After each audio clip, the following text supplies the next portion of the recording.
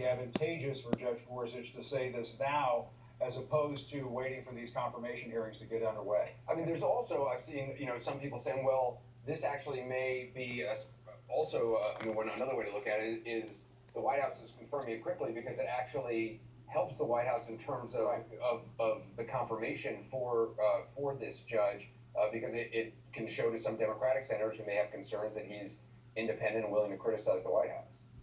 Oh, that's right. But I think at the same time, it is stunning because you never really see a president send a Supreme Court nominee up on Capitol Hill who then turns around within a number of days and then criticize the president for comments that he's made about the judiciary. I mean, keep in mind, one of President Trump's siblings is a federal judge. And over the last several days, and especially today, when you heard the president say about those appellate court judges in the Ninth Circuit that we've been talking about so much, that it was disgraceful to hear what they were saying in those oral arguments.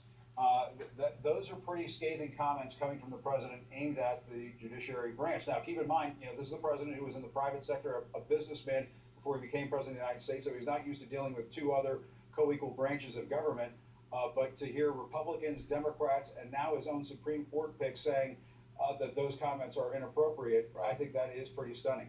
Jim Acosta, thanks very much. Joining now is Senator Richard Blumenthal of Connecticut. Senator Blumenthal, thanks so much for being with us. If you can, take us through how this conversation with Judge Gorsuch went today. Did you ask him directly about the president's comments, or did he bring them up on his own?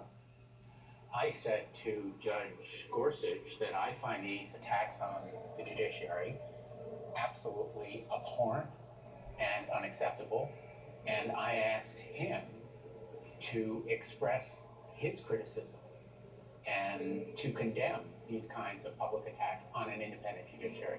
And at that point, after some back and forth, he did say that he found them to be disheartening and demoralizing. But my view is this condemnation has to be public, direct, explicit, because he has to show the American people that he will be independent, more than just a rubber stamp, for a president who has launched a series of blistering and bullying attacks on the American courts, anticipating, in fact, to blame them for any terrorist incident that may occur if his side of this case on the immigration ban is not upheld. Did the judge say he would make his views public? He was non-committal, and that's one reason why I remain deeply concerned about this nomination. This conception of the president's attacks on the judiciary goes to the core, absolutely, to a foundational principle of our constitutional system, and this judge needs to show that he is willing to stand up to the president and stop his bullying. So did his comments give you confidence? I mean, clearly you want him to go farther, you want him to make it public, but did it give you confidence that if confirmed, he would do his job independent of the president of the White House?